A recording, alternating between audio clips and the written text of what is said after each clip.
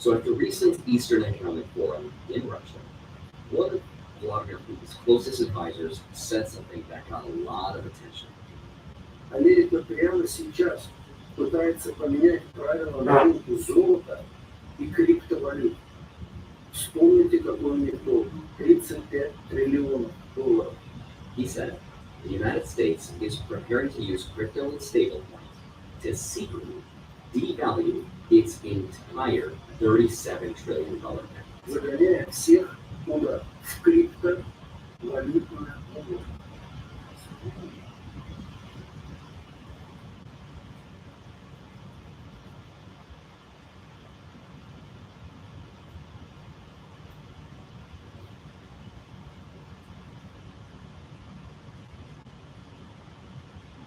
Something like this. No, because I'm a transgender. It wants to go anywhere in America. I don't like the culture, whether it's tipping, guns, the falls on a portion. Actually, it seems a bit more relaxed over there. But never, I don't think that it's a climate that any young female in particular would want to grow up in. In 2025, we've moved to America. No chance. I just think the climate is just really quite toxic at the moment. What's happening with like immigration and ICE, but also just like women's rights. It's just scary. My grandfather lived in the States.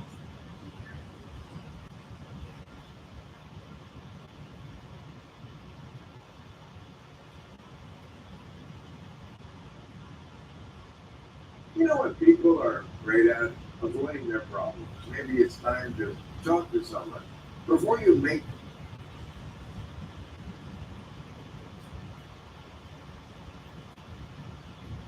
If you have a belly sticking out, you have a problem. Because the fat that's in the stomach has good visceral fat. This is very detrimental fat.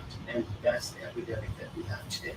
But the only thing that will make you lose that fat weight is Dr. Dean Giannatas is a world-leading cardiologist Who has treated more than a quarter of a million patients with chronic heart disease. now. He's using his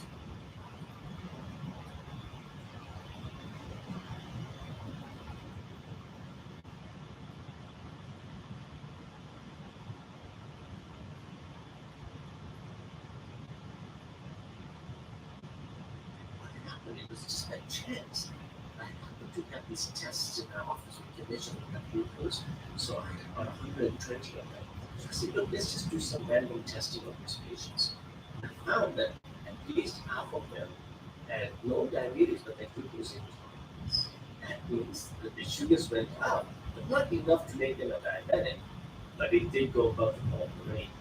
We did not have insulin testing at that time. But take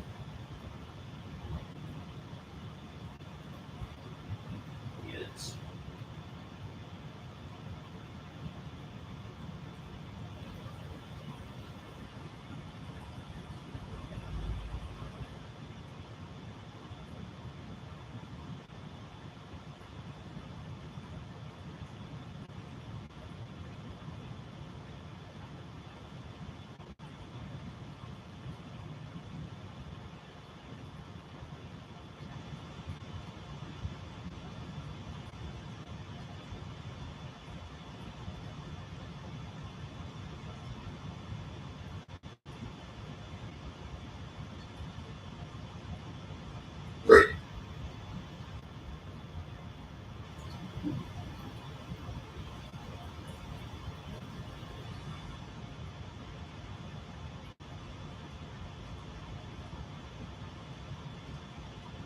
Now, the body.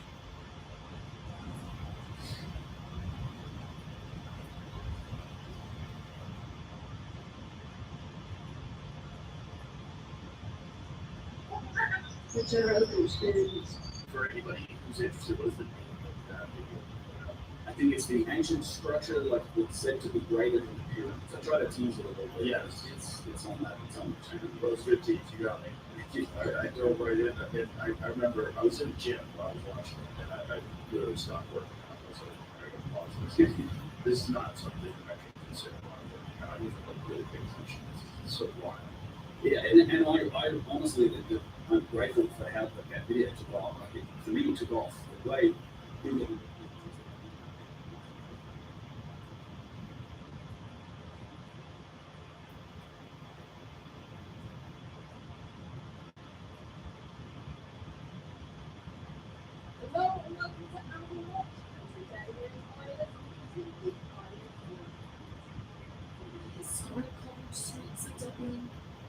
the windswept halls of Westminster. We'll walk beside one of the largest cathedrals on earth. We share a true Irish Guinness in his homeland, uncover one only royalty could once claim it, and reveal how this giant became known as the greatest wolf killer of all time, the very dog that hunted islands in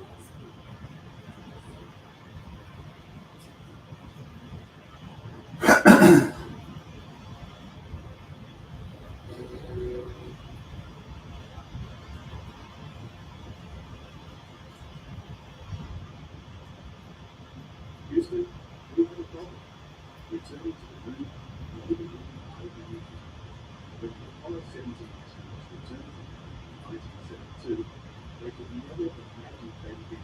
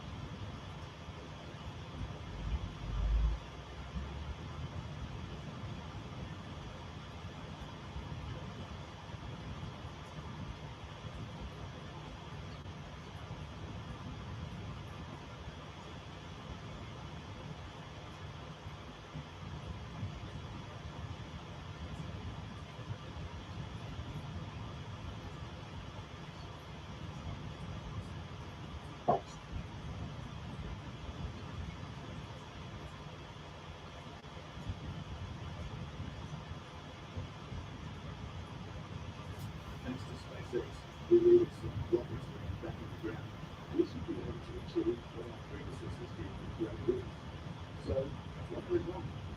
Well, let's start by looking at how we managed to put the Moon on the moon for the first time. On the morning of July 16, 1969, the Saturn V S506 rocket launched off, launching the largest and most powerful rocket ever built at the time, carrying 3 astronauts on their historic journey to the moon. As the stages separated, 12 minutes into the flight, after 9.5 orbits, a second ignition of S hydrogen engine set the Apollo 11 spacecraft on its precise trajectory toward the moon's surface. During collision, the spacecraft separated into 2 components, the moon service module and the lunar module. The lunar module spun up.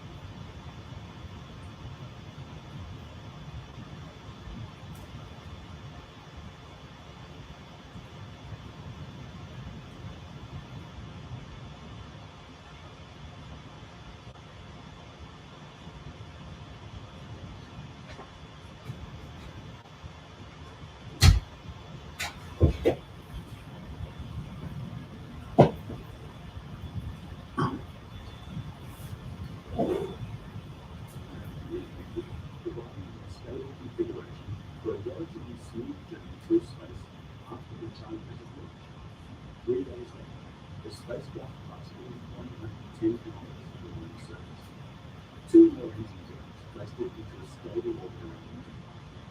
The lunar module then detached and descended to the surface, where astronauts Neil Armstrong and Buzz Aldrin spent 21 hours and 36 minutes exploring. Afterward, they re-entered the lunar module and its ascent stage attacked, propelling them back to the waiting humanity. The lunar lander was discarded, crashing back onto the moon's surface. The spacecraft returned to Earth several days later, splashing down 903 miles southwest of Honolulu in the Pacific Ocean. One rocket, one journey, one of humanity's greatest achievements. Now, let's take a look at our current plan to return humans to the moon, the Artemis 3 mission. Before the crew launch, SpaceX will send a storage depot into orbit. A series of reusable tankers will deliver propellant to this depot, fueling the human landing system. The uncrewed Starship companion system will then launch to Earth orbit and rendezvous with the storage depot to refill its tanks. Afterward, it will perform a trans-lunar injection engine burn and travel approximately 6 days to the lunar near-rectilinear orbit, NRHO, where it will await the Artemis 3 crew. Meanwhile, the crew will launch to Earth orbit, conducting systems checks and solar panel adjustments on the Orion spacecraft. Then, with the push from the Space Launch Systems, SLS, into a cryogenic propulsion stage, Orion will perform a trans-lunar injection maneuver, setting its course toward the moon. Over the course of several days, the crew will travel toward the moon, performing corrective engine burns to intercept its gravitational field. At the optimal time and location, Orion will execute 2 engine burns to place the spacecraft into the NRHO. Once both spacecraft have arrived in the NRHO, Orion will dock with the Starship lunar landing system, preparing for the first lunar surface expedition of the 21st century. When ready, 2 astronauts will board the Starship, while the other 2 will board Orion. Orion will undock and back away from the Starship, staying in the NRHO for about 1 full orbit around the moon, lasting approximately 6.8 weeks. This time will be the surface cruise expedition, so that as Orion completes its orbit, the surface team will be ready to launch out and rendezvous with the spacecraft.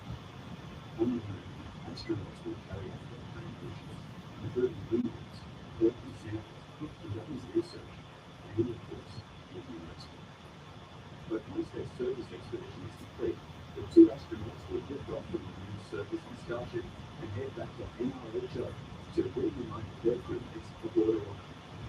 After docking, the crew will spend up to 5 days in orbit, transferring samples between the vehicles and preparing to return back to Earth.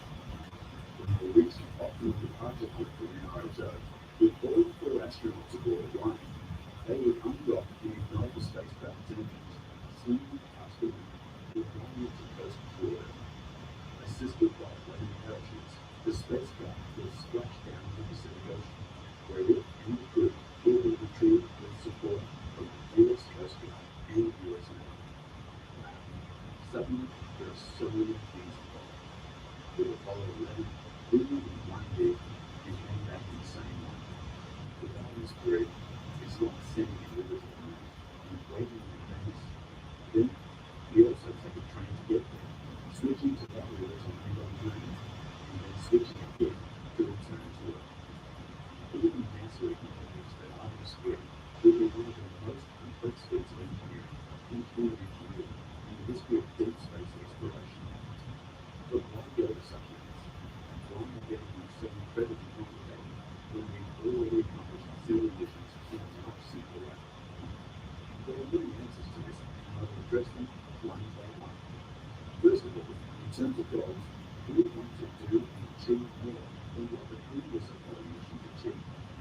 While the Apollo missions conducted some research on the moon and brought back lunar rocks, that was secondary to the main goal, bringing the Russians to the moon. The rockets and planes were designed only for a single mission, to get astronauts there and back quickly. The Artemis mission, however, is far more complex. Its goal is to lay the groundwork for a permanent human presence on the moon. This means the mission includes various experiments, requires astronauts to stay for extended periods, and of course, involves carrying multiple equipment. With current propulsion technology, a single rocket can't carry all the necessary why we need another space mission. And for this vehicle to remain, it will need to be refueled. Indeed, the complexity of the mission is a major reason why we haven't returned to the moon for so long. But another significant factor is money. As always, money moves the needle. In those days of Apollo, this seemed like something NASA never did. Back then, cold war dynamics were at play, and new independent countries were deciding which political system to adopt. A choice that could, in theory, be influenced by a democratic nation's ability to explore space. This soft power of thinking could demonstrate that the American way was the best way while using missile-like rockets to suggest military dominance. Given the stakes, the US government was willing to allocate huge amounts of money to the Apollo program in a short amount of time. During those years, NASA was often allocated nearly 5% of the nation's budget. Today, however, it's lucky to receive around 1%, with the added responsibility of funding numerous spacecraft, telescopes, and research projects beyond just human spaceflight. Apollo was exorbitantly expensive, with the project costing around $290 billion in today's dollars. In comparison, despite all its delays and budget overruns, Artemis is currently estimated at just over $90 billion. We simply don't get the ridiculous amounts of money from the government that we used to. We're no longer in space race, so there's no longer the same urgency to spend money at that level. The world has changed, and there are now so many other areas that the government needs to focus on in front. There's a real lack of national or political interest to drive that kind of mobilization. Well, if we were so short on money, why did we spend on developing the space system? Do we still have the Saturn V, but is it really cheaper? Yes, the Saturn V flew to the moon 50 years ago, but it was built with 50-year-old technology, in 60s and 70s computers, and outdated navigation software. If we were to replace that and integrate using spacecraft, it would be a massive undertaking. It would involve digging up old designs, studying old documents, and essentially relearning the spacecraft from scratch. The people who use Saturn V best are either retired or already well-known. So, in reality, it's actually cheaper and more efficient to build a new spacecraft using today's technology. And then there's the human factor.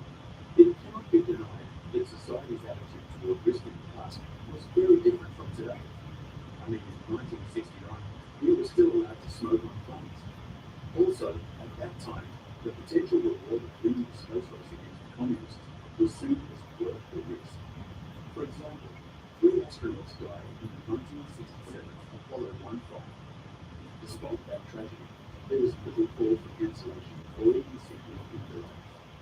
NASA is holding on to its hard-earned goodwill by a thread of its legs. They have to be much more cautious when it comes to astronaut lives, especially after the 2 space shuttle disasters. That's why they have to conduct thousands of ground tests. They need to ensure that the rocket works correctly and delivers consistent results multiple times before they're ready to put it in. For example, the Orion spacecraft. The spacecraft launched for Artemis 1 in December 2022, a mission that can be considered a success as it met all of its milestones. However, upon its return, a problem was discovered with its heat shield. For the Orion spacecraft, the heat shield is made from a composite material that combines noble resin, a relative of Pleco, a substance used in some firearms, with a honeycomb structure of fiberglass threads. When exposed to intense heat and airflow during reentry, the resin melts and recedes, revealing the fiberglass film.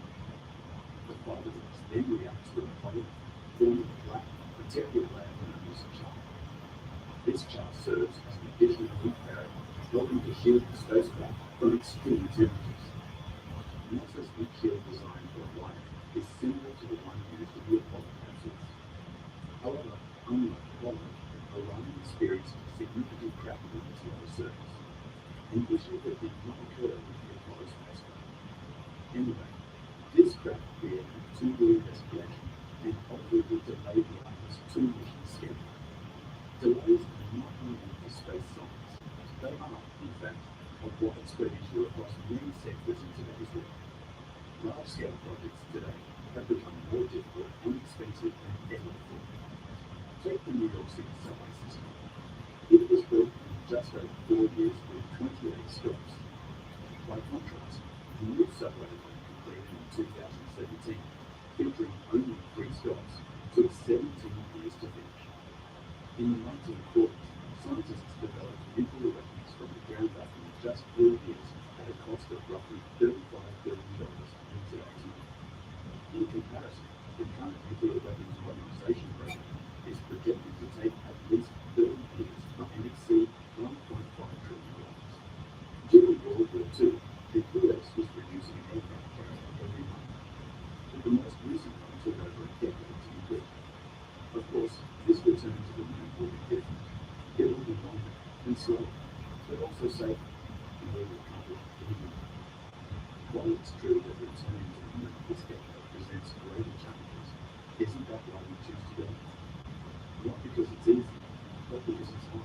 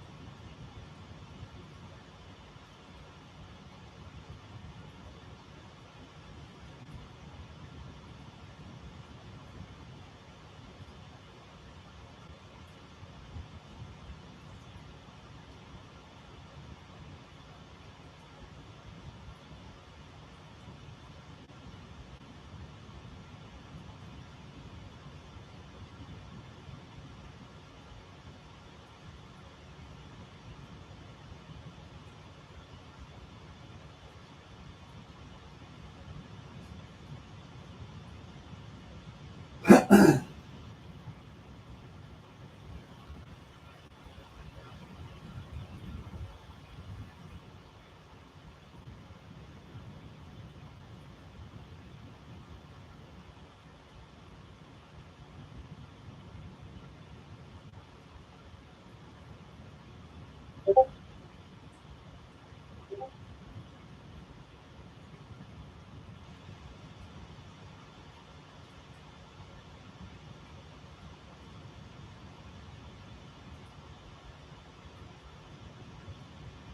years ago, I left one of the busiest cities in the world for this, a cozy house in northern Sweden. I left.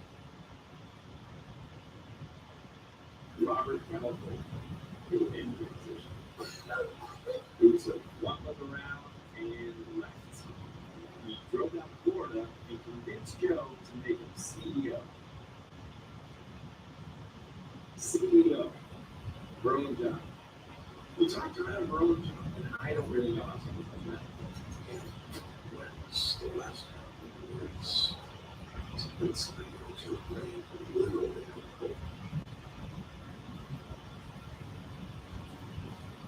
You have made a series of predictions, and they correspond to a variety of different dates, and I have those dates in front of me here. What is your prediction for the year 2027? We're probably looking at AGI as predicted by prediction markets and tops of the labs.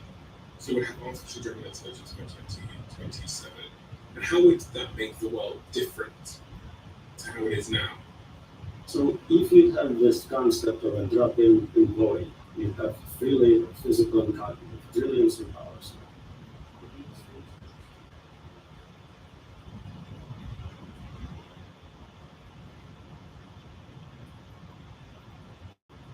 If I can just get a $20 subscription or a free model to do what an employee does, first anything on a computer will be automated. The next thing, humanoid robots may be 5 years behind, so in 5 years all the physical labor can also be automated. So we're looking at a world where we'll have levels of unemployment we never seen before. I'm not talking about 10% unemployment, which is scary, but 99%. All you have left is jobs where, for whatever reason, you prefer another human to do it for you. But anything else can be fully automated. It doesn't mean it will be automated in practice. A lot of times, technology exists, but it's not deployed. Video phones were invented in the 70s. Nobody had them until iPhones came around. So we may have a lot more time with jobs than with world which looks like this. But capability to replace most humans in most applications will come very quickly. Okay, so let's try and drill down into that. Stress test it. So, a podcaster like me, would you need a podcaster like me? So let's look at what you do. You prepare, you ask questions, you ask follow-up questions, and you look good in camera. Let's see what we can do. Large language model today can easily read everything I wrote and have very solid understanding. I assume you haven't read every single one of my books. That thing will do it. It can train on every podcast you ever did, so it knows exactly your style, the types of questions you ask. It can also find correspondence between what worked really well, like this type of question really increased views, this type of topic was very promising, so you can optimize. I think better than you can because you don't have a data set. Of course, visual simulations give you this point. So can you make a video within seconds of me sat here? So we can generate videos of you interviewing anyone on any topic very efficiently, and you just have to get likeness, approval, whatever. Are there many jobs that you think would remain in a world of AGI? Jobs potentially going to be here, whether it's deployed or not by 2027. What kind, and then, okay, so let's take out of this any physical labor jobs for a second. Are there any jobs that you think a human would be able to do better in a world of AGI? Still. So that's the question I often ask people. In the world with AGI, and I think almost immediately we'll get super intelligence as a side effect. So the question really is, in a world of superintelligence, which is defined as better than all humans in all domains, what can you continue? And so you know better than anyone what it's like to be you. You know what ice cream tastes to you. Can you get paid for that knowledge? Is someone interested in that? Maybe not a good market. There are jobs where you want a human. You're rich and you want a human accountant for whatever historic reasons.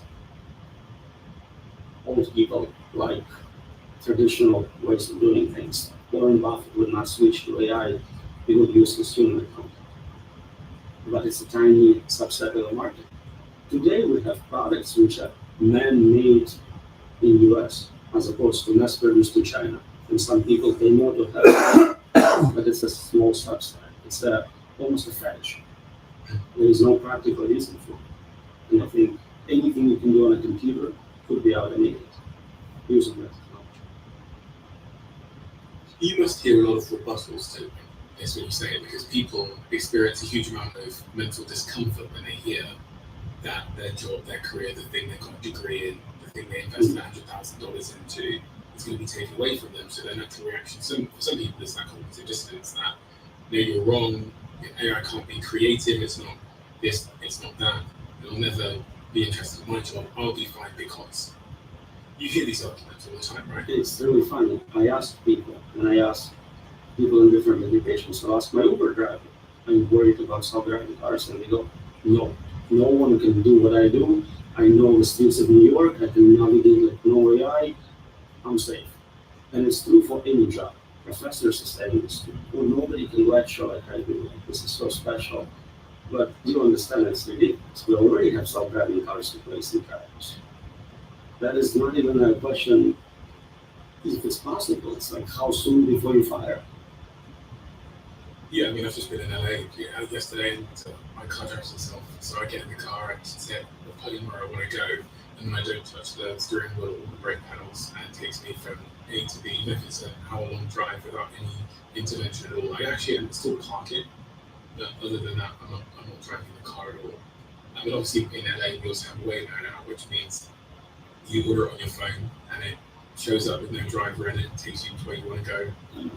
So it's quite clear to see how that is potentially a matter of time. For those people, because we do have some of those people listening to this conversation right now, that their occupation is driving, to offer them, I think driving is the biggest occupation in the world, if I'm correct.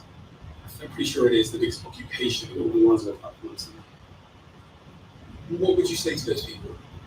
What should they be doing with their lives? Should they be retraining in something, or what time frame? So that's the paradigm shift here. Before we always said this job is going to be automated, they train to do this other job. But if I'm telling you that all jobs will be automated, then there is no plan B. You can actually train. Look at computer science. 2 years ago, we told people, learn to code. You are an artist, you cannot make money, learn to code. Then we realized, oh, AI kind of knows how to code and getting better. Become a prompt engineer. You can engineer prompts for AI, it's going to be a great job. Get a 4-year degree. Then we're like, AI is way better at designing prompts for other AIs than anything. So that's gone. So I can't really tell you right now the hardest thing is design AI agents for practical applications. I guarantee you in a year or two it's going to be gone just as well. So I don't think this occupation needs to learn to do this instead. I think it's more like we as a humanity, when we all lose our jobs, what do we do? What do we do financially? Who's paying for us? And what do we do in terms of me? What do I do with my extra 60, 80 hours a week? You've thought around this corner, haven't A you? little bit. What is around that corner? So the economic part seems easy. If you create a lot of free labor, you have a lot of free wealth, abundance, things which are right now not very affordable, become very cheap, and so you can provide for everyone basic needs. Some people say you can provide beyond basic needs, you can provide very good existence for everyone. The hard problem is, what do you do with all that free time? For a lot of people, their jobs are what gives them meaning in their life, so they would be kind of lost. We see with people who retire or do early retirement. And for so many people who hate their jobs, they'll be very happy not working. But now you have people who are chilling all day. What happens to society? How does that impact crime rate, pregnancy rate, all sorts of issues? Nobody thinks about it. Governments don't have programs prepared to deal with 99% unemployment. What do you think that will be time? Again, I think a very important part to understand here is the unpredictability. We cannot predict what a smarter than us system will do. And the point when we get to that is often called singularity, by analogy with physical singularity. You cannot see beyond the event horizon. I can tell you what I think might happen, but that's my prediction. It is not what actually is going to happen, because I just don't have cognitive ability to predict a much smarter agent impacting this world. When you read science fiction, there is never super intelligence in it actually doing anything, because nobody can write believable science fiction with that level.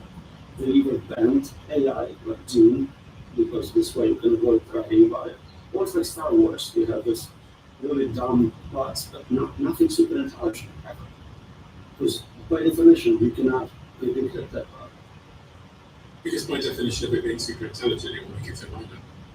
By definition, if it was something you could predict, you would be operating at the same level of intelligence, violating our assumption that it is smarter than you. If I'm playing chess with super intelligence and I can predict every move, I'm playing at that level. It's kind of like my French bulldog trying to predict exactly what I'm thinking and what I'm going to do. That's a good cognitive gap. And it's not just he can predict you going to work and coming back, but he cannot understand why you're doing that. That is something completely outside of his model of goal. Yeah, he doesn't even know that I go to work. He just sees that I leave the house. He doesn't know where I go. By food. What's the most persuasive argument against your own perspective here? That we will not have unemployment due to advanced technology. That there won't be this French bulldog human gap in understanding and, I guess, like power and control. So some people think that we can enhance human minds either through combination with hardware, so something like Neuralink, or through genetic engineering, to where we make smarter humans. Yeah. It may give us a little more intelligence. I don't think we're still competitive in biological form with silicon form. Silicon substrate is much more capable for intelligence. It's faster, it's more resilient, more energy efficient in many ways. Which is what computers are made out of. Exactly. The brain. Yeah. So I don't think we can keep up just with improving our biology. Some people think maybe, and this is very speculative, we can upload our minds into computers. So scan your brain, come with your brain, and have a simulation running in a computer. You can speed it up, give it more capabilities. But to me, that feels like we no longer exist. We just created software by different means, and now we have AI based on biology and AI based on some other forms of training. You have evolutionary algorithms, you can have many paths to reach your GI. But at the end, none of them are humans. I have another date here, which is 2030. It's a prediction for 2030 what the world will look like.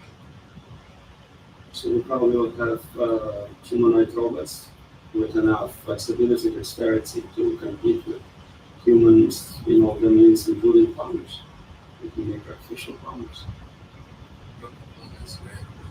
I felt like the last bastion of human employment. So 2030, 5 years from now, humanoid robots, so many of the companies, the leading companies, including Tesla, are developing humanoid robots at light speed, and they're going to be increasingly more effective.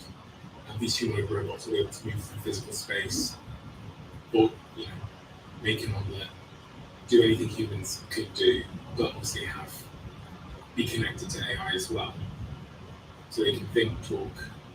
Right, they're controlled by AI, they're always connected to the network, so they're already dominating in the world. Our world will look remarkably different when humanoid robots are functional and effective. Because that's really when, I have something that I'm like, the combination of intelligence and physical ability is really doesn't do much, does it, for us human beings? Not much. So today, if you have intelligence through internet, you can hire humans to do your bidding for you. You can play on Bitcoin, so you can have bodies just not directly controlling them. So it's not a huge game changer to have direct control of physical bodies. Intelligence is where it's at. The important component is definitely higher ability to optimize, to solve problems, to find patterns, and go for that stuff. And then by 2045, I guess the world looks even more, which is 20 years from now. So if it's still around, Ray Kurzweil predicts that that's the year for the singularity. That's the year where progress becomes so fast. So this AI doing science and engineering work makes improvements so quickly we cannot keep up with it. That's the definition of singularity, point beyond which we cannot see, understand, predict. See and understand, predict the intelligence itself, or what is happening in the world? The technology is being developed. So right now, if I have an iPhone, I can look forward to a new one coming out next year, and I'll understand it has slightly better camera. Imagine now this process of researching and developing this phone is automated. It happens every 6 months, every 3 months, every month, week, day, hour, minute, second. You cannot keep up with 30 iterations of iPhone in 1 year. You don't understand what capabilities it has, what proper controls are. It just escapes you. Right now, it's hard for any researcher in AI to keep up with the state of the art.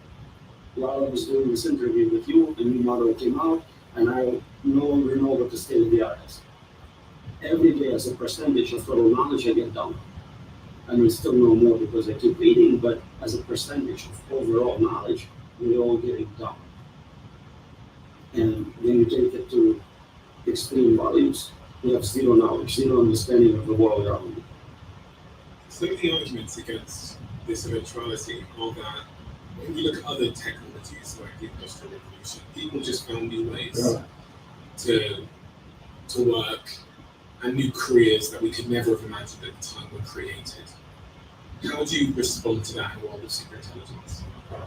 It's a paradigm shift. We always have tools, new tools, which allow some job to be done more efficiently. So instead of having 10 workers, you would have 2 workers, and 8 workers had to find a new job. And there was another job. Now you can supervise those workers or do something good. If you're creating a meta invention, you're inventing intelligence, you're inventing a worker, an agent, then you can apply that agent to the new job. There is not a job which cannot be automated. That never happened before. All the inventions we previously had were kind of a tool for doing something. So we invented fire, huge game changer. But that's it, it stops with fire. We invent the wheel, same idea, huge implications, but wheel itself is not an invention. Here we're inventing a replacement for human mind, a new inventor capable of doing new inventions. It's the last invention we ever have to make. At that point, it takes over. And the process of doing science, research, even ethics research, morals, all of that is automated at that point. Do you speak well? Really well. Even though you spent the last 15, 20 years of your life working on AI safety, and it's suddenly among us in a way that I don't think anyone could have predicted 5 years ago. When I say among us, I really mean that the amount of funding and talent that is now focused on reaching superintelligence faster has made it feel more inevitable and more soon than any of us could have possibly imagined. We as humans have this built-in bias about not thinking about really bad outcomes and things we cannot prevent. So all of us are dying. Your kids are dying, your parents are dying, everyone's dying. You still sleep well, you still go on with your day. Even 95-year-olds are still doing games and playing golf and whatnot, because we have this ability to not think about the worst outcomes, especially if we cannot actually modify the outcome. So that's the same infrastructure being used for this. Yeah, there is humanity level death-like event. We're happening to be close to it probably, but Unless I can do something about it, I can just keep enjoying my life. In fact, maybe knowing that you have limited amount of time left gives you more reason to have a better life. You cannot waste it. And that's the survival trait of evolution, I guess, because those my ancestors that spent all their time worrying wouldn't have spent enough time having babies and hunting to survive. Suicidal ideation, people who really start thinking about how horrible the world is, usually escape pretty soon.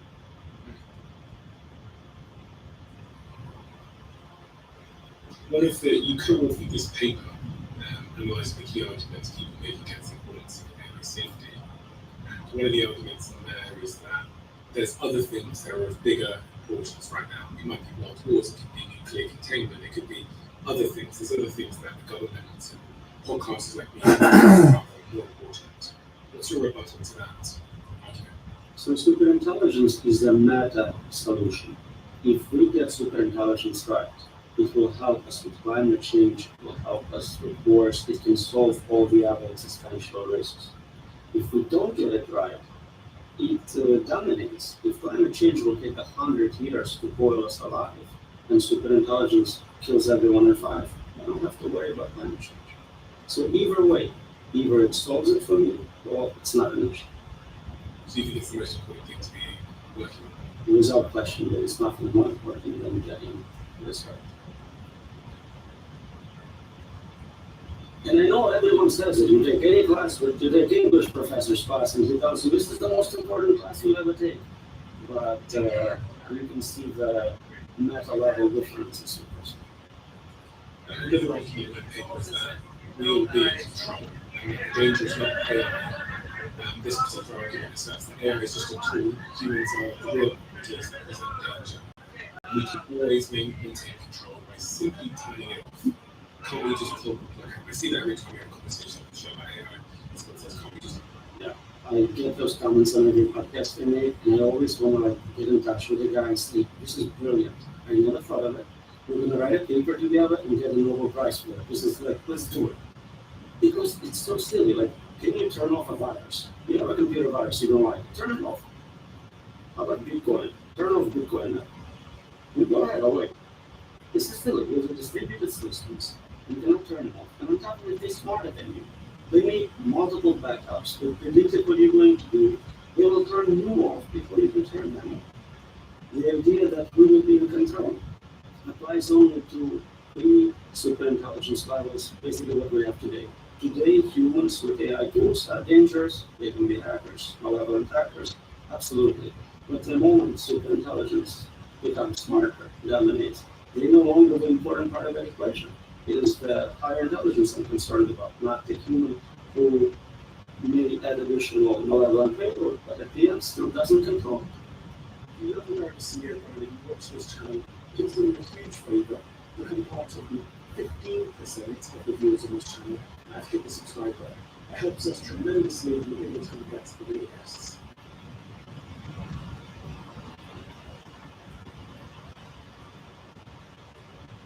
What big would be possibly was created then, because when you think about the other revolutions at any time, whether it's the industrial revolution, or the sort of big technological revolutions, in the moment we forecasted that everyone could be technologies. What we couldn't see were the drugs that were created because of the machines. Basically, in the United States. And they were food risks and risks as well. We don't have any work. Can't use these themselves. The machines. Similarly, AI is going to be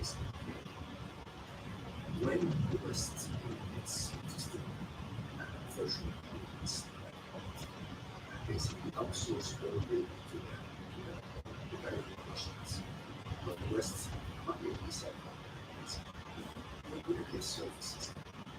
We just things and stations. Let the Indians and Chinese, and that is good. We want to do more different jobs, knowledge workers. Knowledge workers are people who work with information, all introducing consensus as well.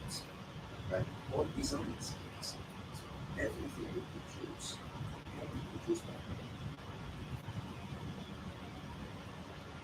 So if you if you piece of land, if they lie, so say you are that is a solution design architecture design for nothing. See that works as opposed to be like what they have to do system.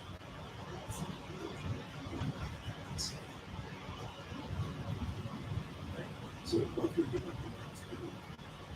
let's do the best we can. So use AI.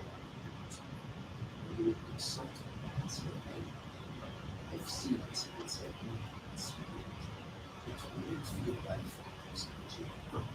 Those jobs will be how often do you still how many more years do you still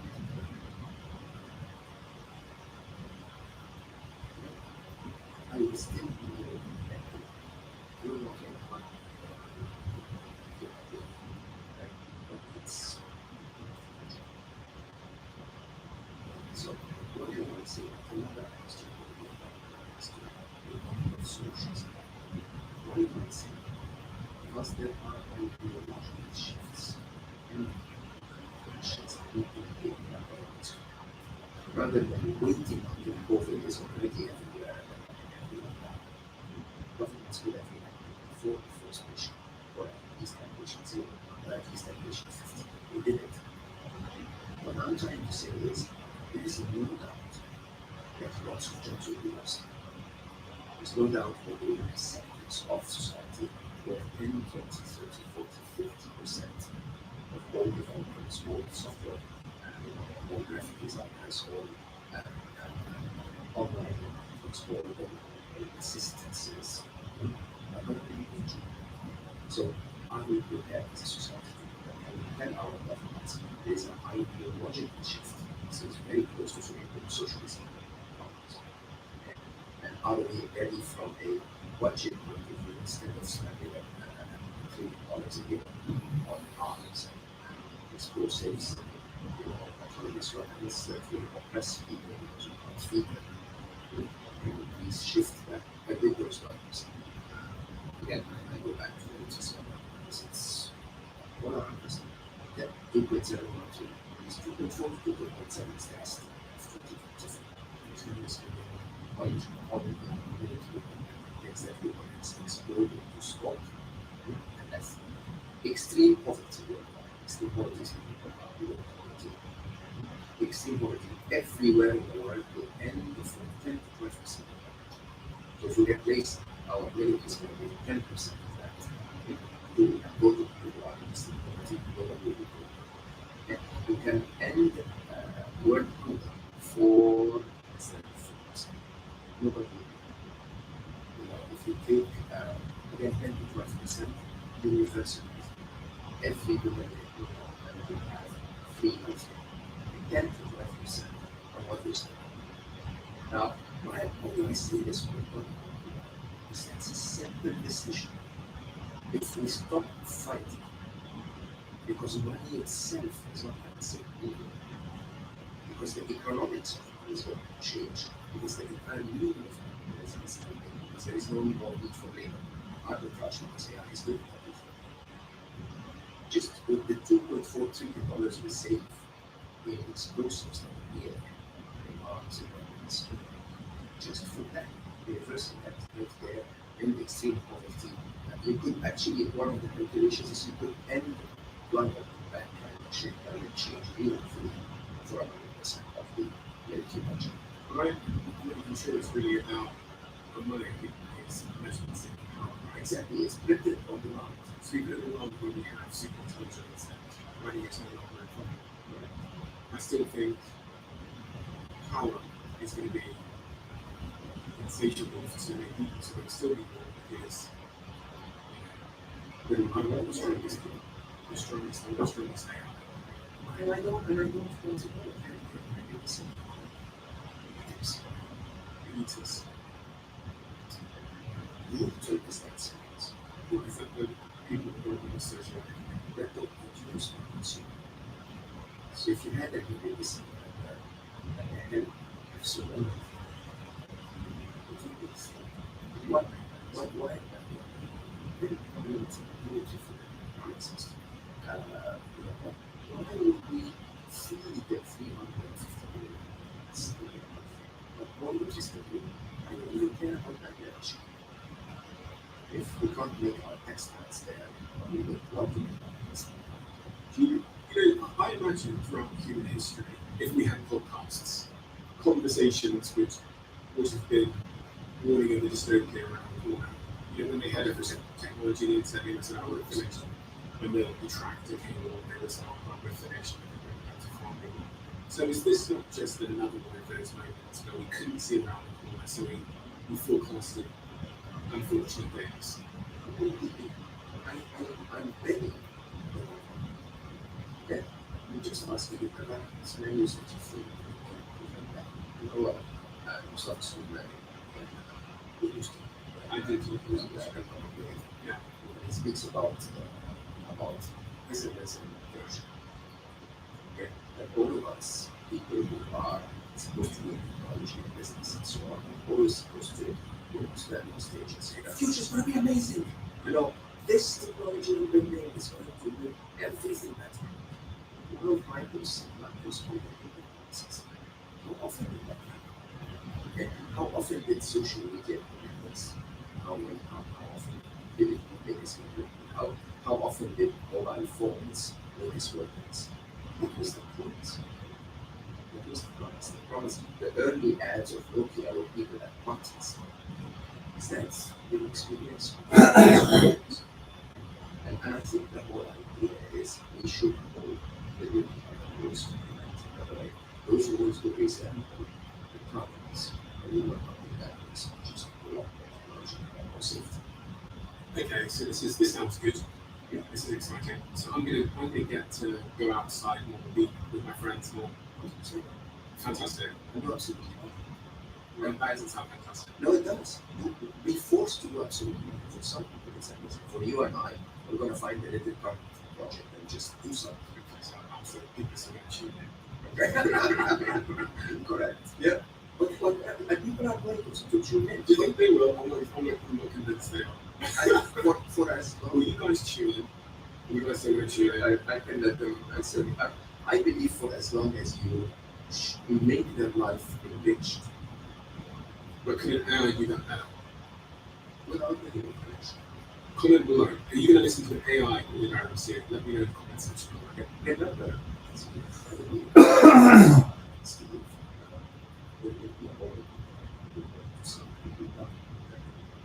and I will sound cookie. Yeah, the depths of analysis, and can you imagine two super intelligences deciding to get together and explain string theory points? They do better than any physicist because they possess the physics knowledge and they also possess social language knowledge that most physicists don't. I've really gone back and forward on this idea that even in podcasts here, all podcasts will be podcasts. I've gone back and forward on that. And where I landed at the end of the day was that there'll still be a category of media where you do want lived experience. For example, if you want to know how the person that you follow and admire dealt with their divorce. Yeah, or how they're struggling with AI. For example, yeah, exactly. But I think things like news, there are certain situations where just like straight news and straight facts, maybe when you look through history, maybe eroded away by AIs. But even in those scenarios, there's something about personality. Again, I hesitate here because I question this. I'm not in the camp of people that I'm trying to be as orientated towards whatever is true, even if it's against my interests. And I hope people understand that about me. Because even in my companies, we experiment with like disrupting the AI, and some people will be aware of those experiments. I guess there would be a mix of all. You can't imagine that the world will be completely just AI, completely just imposters. You'll see a mix of both. You'll see things that they do and things that we do. Yeah. The message I'm trying to say is we need to be ready for that. to give any like helping a lot of governments in some way. Looks like I'm legal and it looks like all it's to be financial researchers, analysts, or graphic designers, or call center agents. It looks like half of those jobs are being replaced already. You know who Jeffrey Hinton is? Jeffrey Hinton told me Trying to be a punk. really, Yeah, 100% for a while. and I thought he was joking. 100%. So I asked him again, and he looked me dead in the eye and told me that this train to be a punk. So it's funny. Machines replaced labor instead of people. Then the refined jobs became uncovered information workers, the field finders. You don't have to do heavy stuff or with physical work. Sit in an office and sit in meetings all day, like a relationship. That's your job. And those jobs, funny enough, reverts that because you're walking something carefully. And I believe they're not careful because of this evidence on the robotics community around making robots. Because it takes so much to perfect human life action. Obviously, people have many more robots that work with like just like that self-driving car before. That doesn't really replace drivers. And but they're delayed. So when we want it, the replacement of physical manual labor is going to take 45 years before it's possible at the quality of the AI replacing mental labor. And when that happens, it's going to take alongside the manufacturing of robots so that they replace people's jobs. So that cycle will be with other ways. So we should move into recall check down the office. I think you're not the problem. Let's put it this way. There are many people in this game that are a simple travel agent assistant that will see if not replacing the reduction in the number of days together. As simple as that.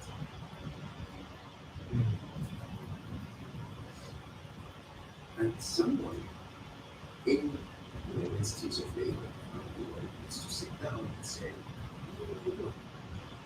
what if all taxi drivers and Uber drivers in California get replaced by self-driving cars?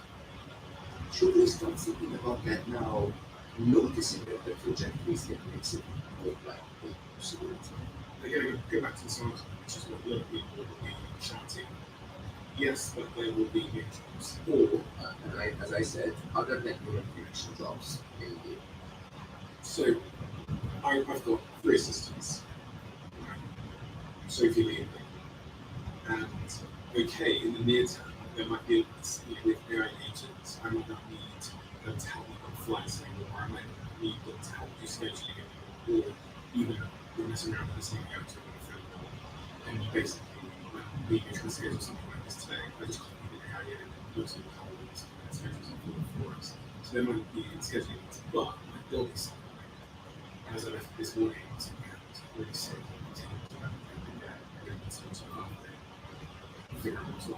So those kinds of responsibilities, I don't listen to people. Again, I would. I'm not going to be.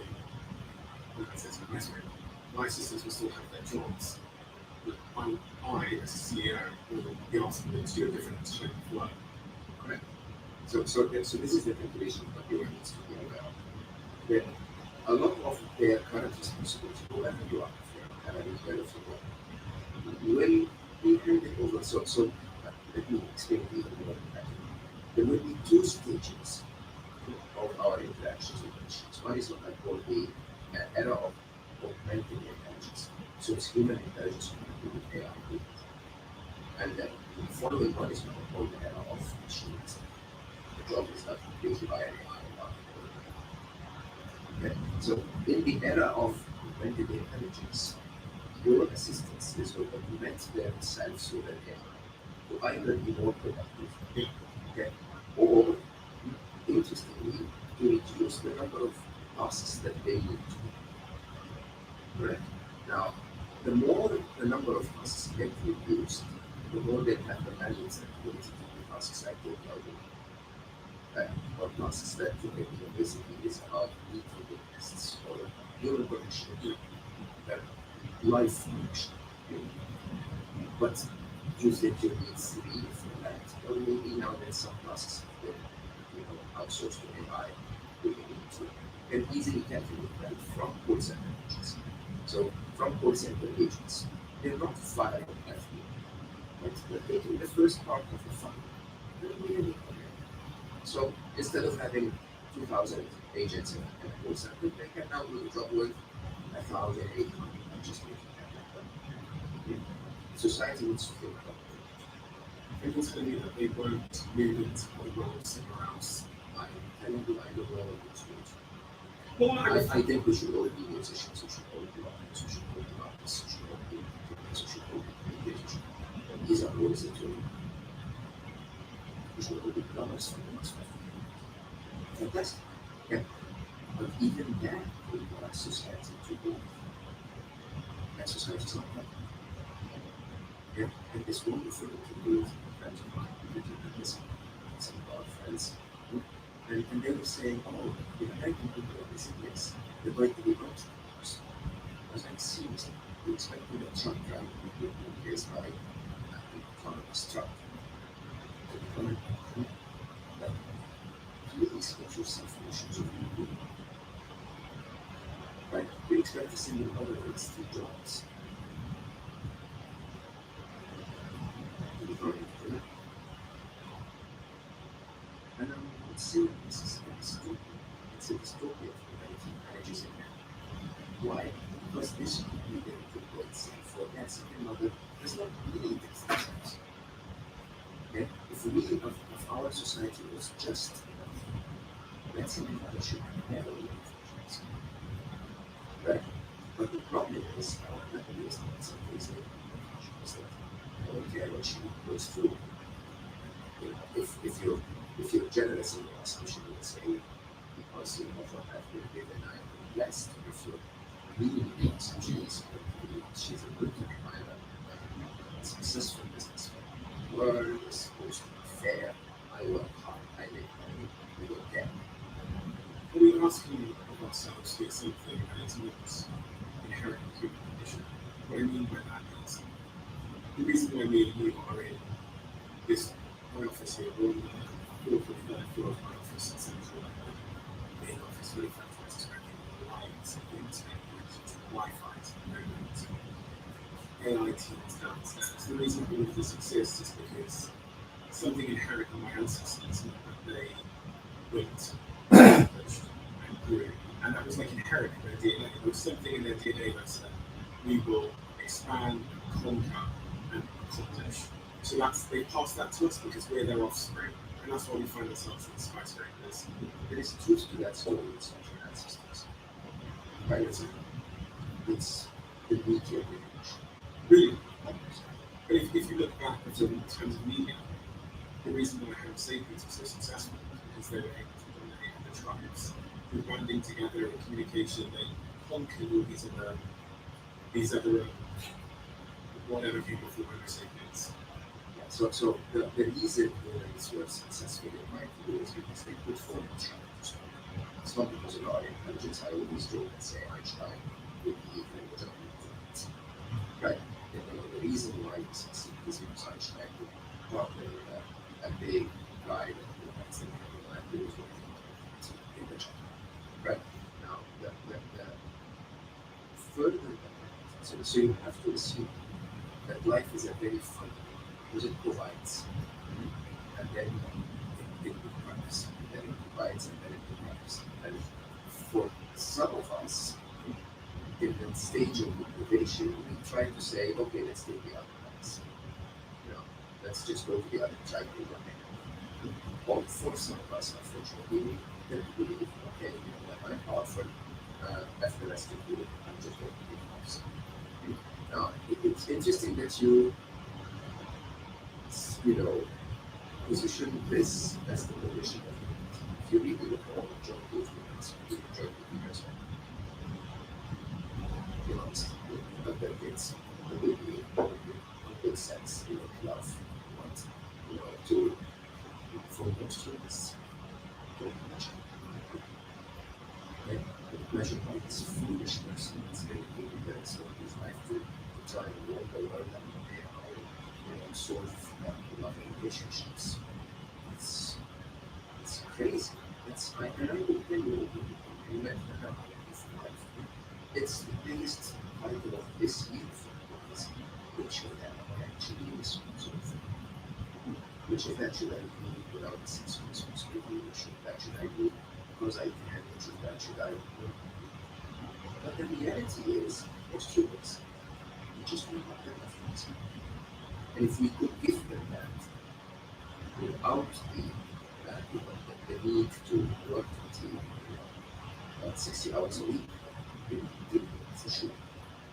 Okay? And you say, but life will be very boring. You know, life will be boring. Go to Latin America and see the people that go work enough to earn enough to eat today and do else food. Go to Africa. People are sitting literally on those sidewalks in the street and completely full of left-hand.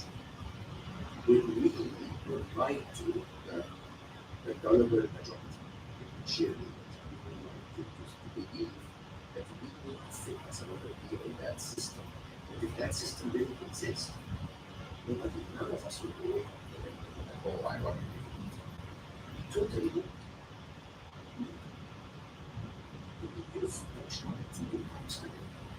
You don't, most people that will those things don't. If you love the Darcy and you watch this channel, please do me a huge favour, become part of the 15% of the viewers on this channel and have hit the subscribe button. It helps us tremendously to progress.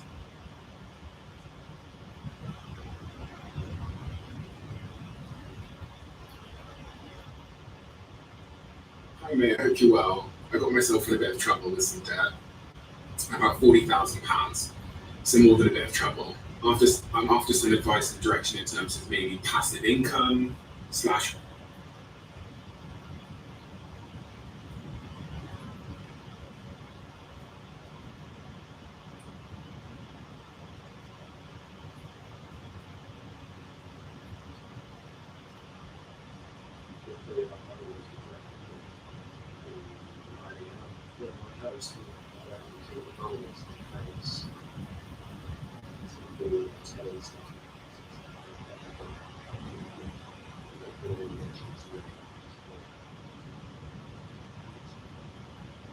So you went through this,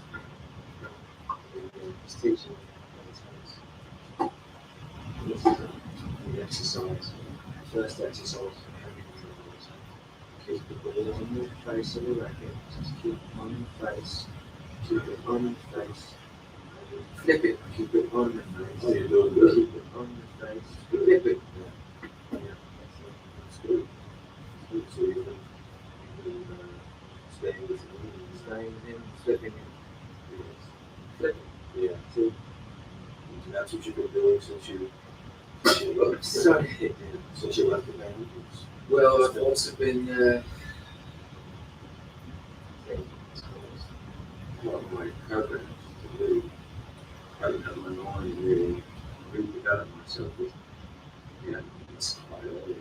yeah, when it's chilly, this. See, I've got wearing trousers. I think. Yeah, we were. See this?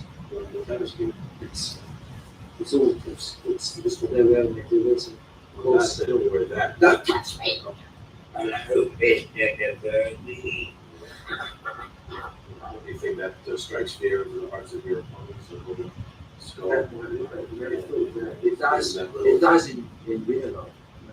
No, that's not normal tennis attire. Yeah. So you're really not thinking in terms of. You're not thinking in terms of what you want to do creatively, what your future holds for you. What I do.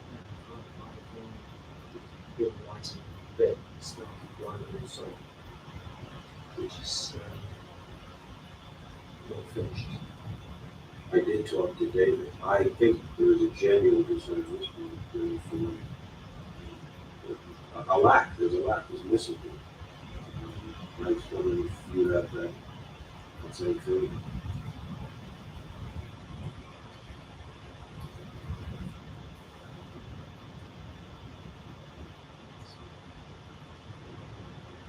I mostly miss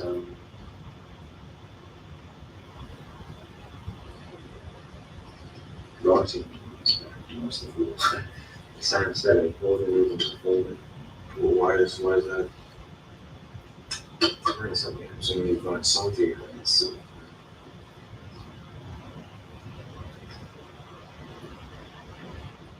it's just, it's not fun. To do it. We sort of become, the same writer and writer, I suppose. Do you ever think of pursuing a solo career? I really have to think about that quite a bit. I think about that. So I said I'm trying to really reorganise my life. Stop smoking. Oh yeah. Used to make a wheezing noise. Now it's much clearer.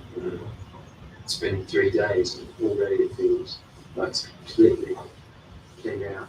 So you like taking this time to really reorganize your whole life and try to put things in perspective and move in new directions.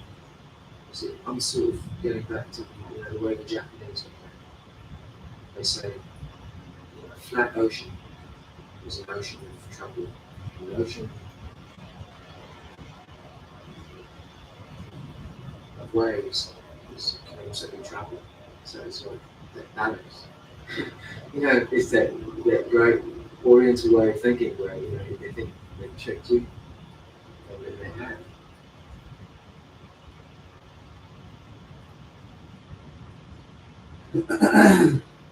Hello everyone, this is Running on Empty Food Review. Well, hello ladies, gentlemen, and everyone watching online on to this newest edition of the Running on Empty Food Review series. I'm your host for the week. Thank you for checking in. I have a feeling this is going to be a longer review because there's a good amount to try out there. I have a whole box with all sorts of dipping sauces. It's going to be an interesting review, whether it's good or bad. I think it would be interesting either way. Is a light dressing with marinara sauce on the pizza already. This is more like a cheese stick than anything else.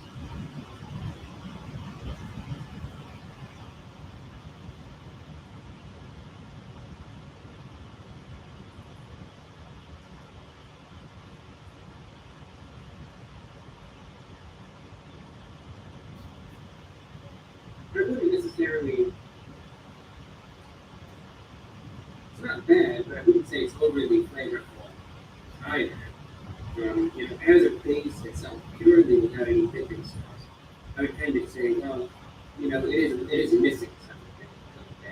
But I do realize, of course, that essentially is the entire intention behind these sorts of items, right? Where you're thinking, well, that does need something, but it needs this sauce to dip it with.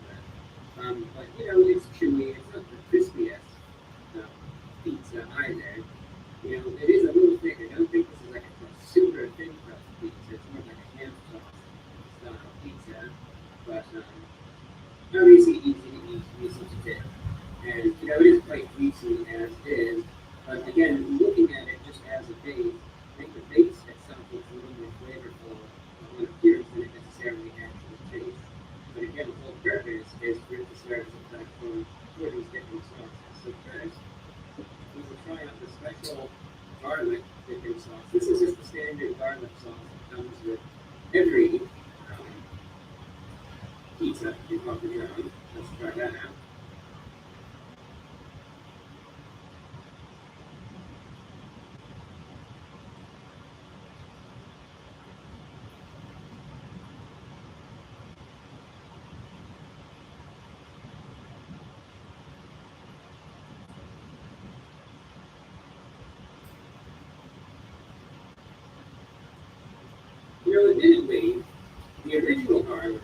special garlic put in doesn't add as much to it as I thought it would. Because again, the garlic sauce from Papa John's, there's a little garlic hint to it, but it's otherwise very creamy and, oily and buttery. And the base is already mostly not the most flavorful thing in the world, but quite oily and greasy. It's just mostly more of the same with more of a mild garlic flavor than anything else. But what I always notice with my special garlic sauce is that it shines through the roast, especially when you have, more of a dry crust, for instance, and then you dip it in the crust, and then that's when it really has its potential to be pizza itself. It's kind of underwhelming in that regard. And actually, it most certainly does. Looks almost more akin to, I believe, a ranch sauce. Here's a new slice for this. Let's see how this works.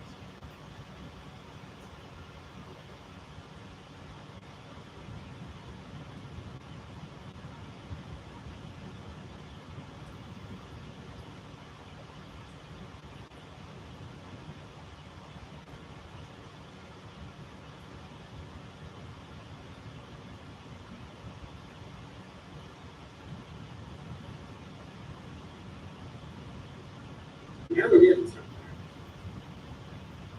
This roasted garlic Parmesan sauce, definitely a big step better. Big improvement, flavor-wise, from the other sauce.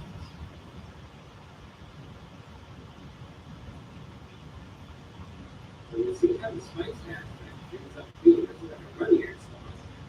Try it. Oh, yeah.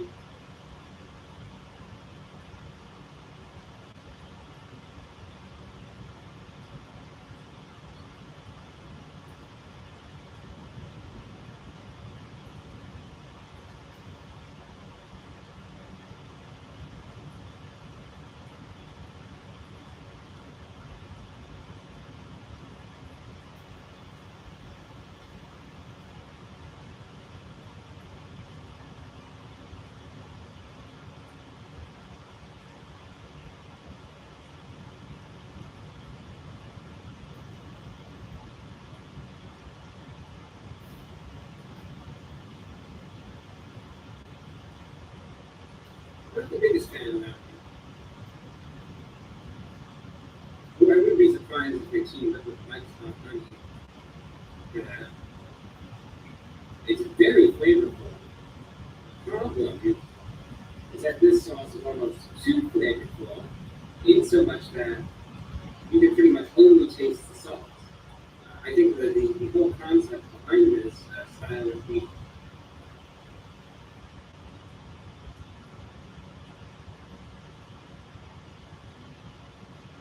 as I would have said, had I done this review back in 2011, I would have said it's clean. Because indeed it is green in color. Very green indeed. We'll see how this one ends up being.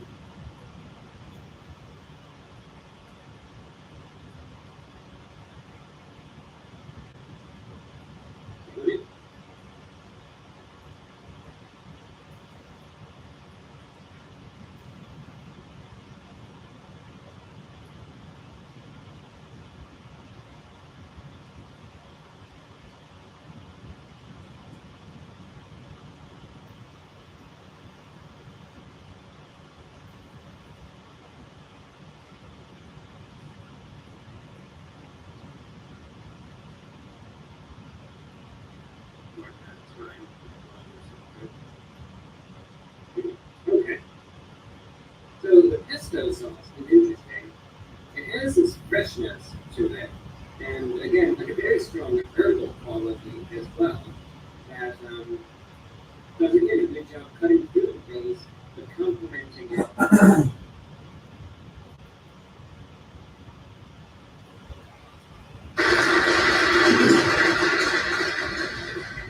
So this gives you an illustration of how does the spaceship go from Earth to Mars. So you got blue Earth there and red Mars.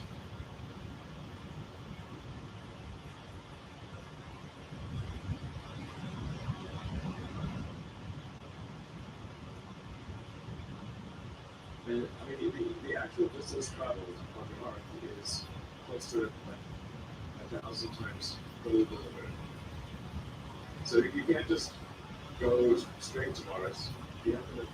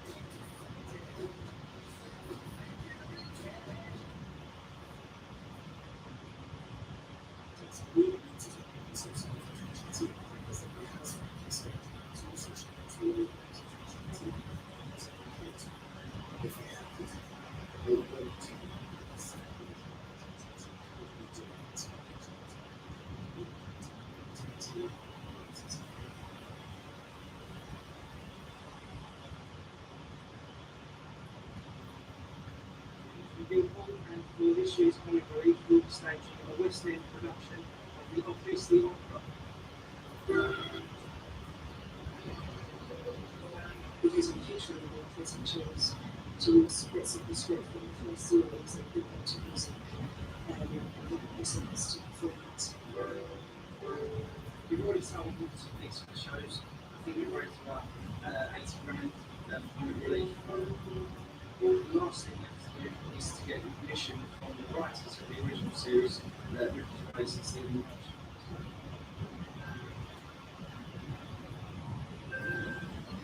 So we write Richard Grace and Stephen Welsh's sources to get their permission. Excuse me. The producers, yeah. The producers, yeah. Yeah.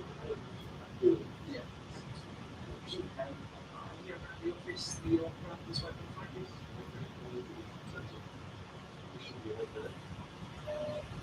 Yeah. Hi, Stephen.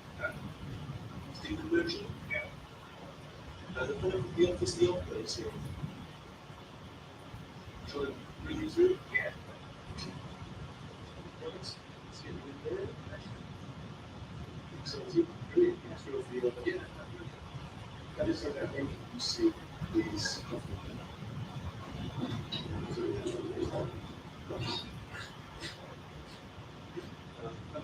The Office, the Opera is here.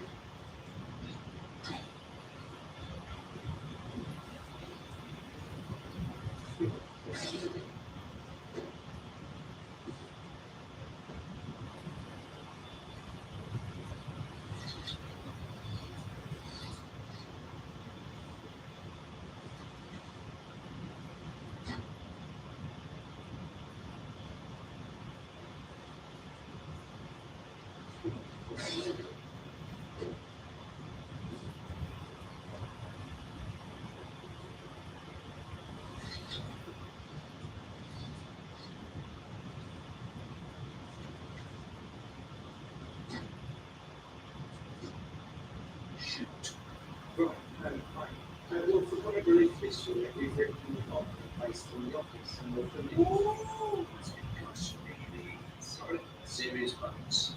Most successful comedy of all time. Shown in many countries, been made in seven. It's like a franchise. I'm not one of them. Brian and Frank. Amazing. Oh, look, we're not going to make any money. You're the businessman. No. Well, no one make any money. It sounds so good.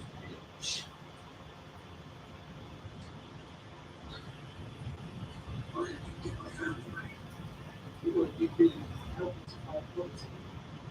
Social injustice. No point. Comic relief was the first one back in 1988. Raised all that money, down 21 years later. Can we have some more? So, very good.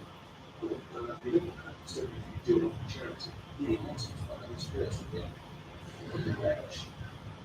That's the gallery of all people you mentioned for Tom Clark.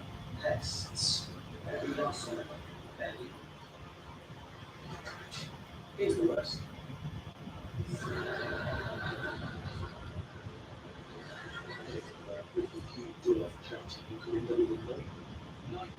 Yeah? Does that sound more than you need? 7 worldwide. Was it any more or less? It's the it's the top of it. Wow. I'm Do you live? Do you live? me too. How do you know that? Cool. Okay, cool. I feel like my extras. You're doing it. I'm not saying things. It wants me to do something cool big because you show that songs and it's used to be that impressive. At least I don't think we're going to try it was a huge failure. Well, what you see is that small, it's tiny, there's something not there, it's tall everywhere, because in the benefits is not good creation, it's basically like what it's okay. You sat there in his chair, pondering the aforementioned scenarios. To it, there's a bit. Am I or am I not? Like my brilliant creation, David Brent, entering my self versus ongoing fictional personality dichotomy world. Same outcome or not. So good. So, really hard but people understand this thing where this was very legendary duet, like the future should be the very best thing. They were really the extras, used to go also for the it was time that was saying the young people, we in English, he also used yeah, no, It's a that's what I was ready. what if see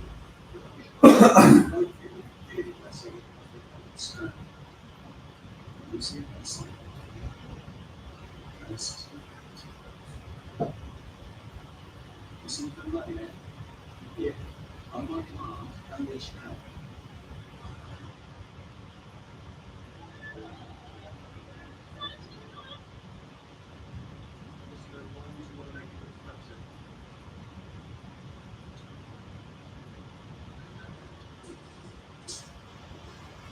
because this one is here, like I don't think that's good.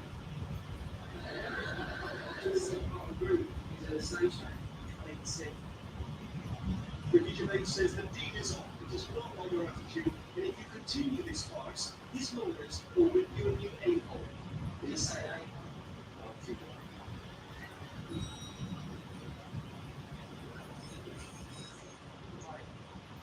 Well, due to technical difficulties, we like doing it like this a lot. But we have come up with a new idea, which we think is even more exciting. We're working on a new music video based on the songs from Britain's Best Life Battle, Westlife. So now I've just got to get the voices finished.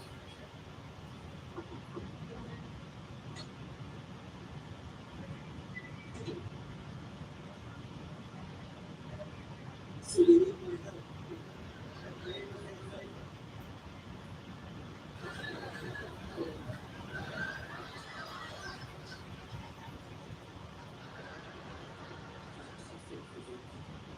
And the pitch is great. The building is fantastic. Really, first of all, don't bother, don't look from the outside.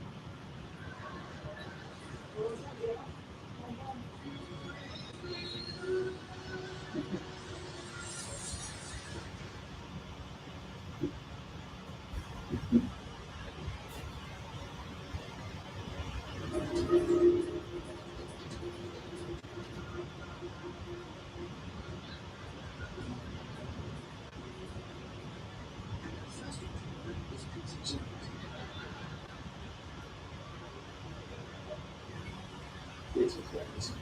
We're interested in the this is my name's Greg Lewis. I'm these jobs. And I'm looking for the best of 2 shillings and 6 months. For my invention, the toothbrush. If you want to clean that teeth, 2 minutes in the morning, 2 minutes in the evening, the dental health and will be so much better. And you end up with bloodshot teeth just online.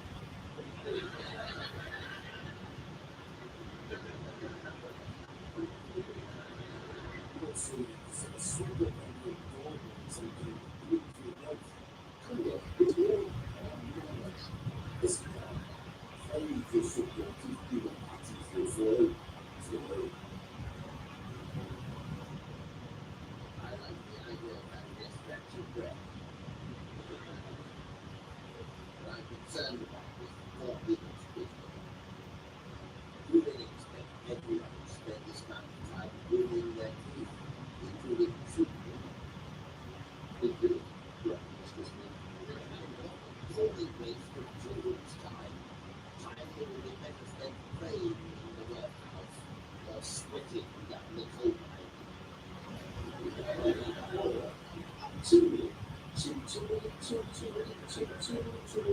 don't want to see the little children brushing their teeth.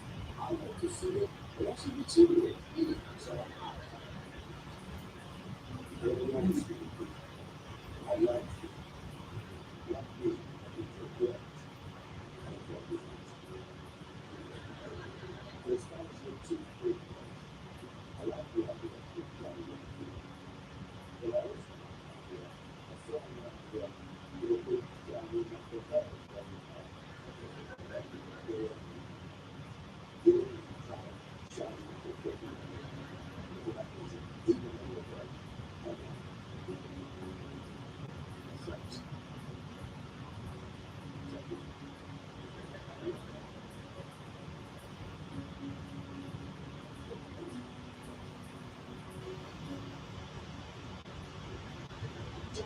It's so cute. You're better at it. Not a bitch. Speaking of videos, this shit. Actually, for this, video.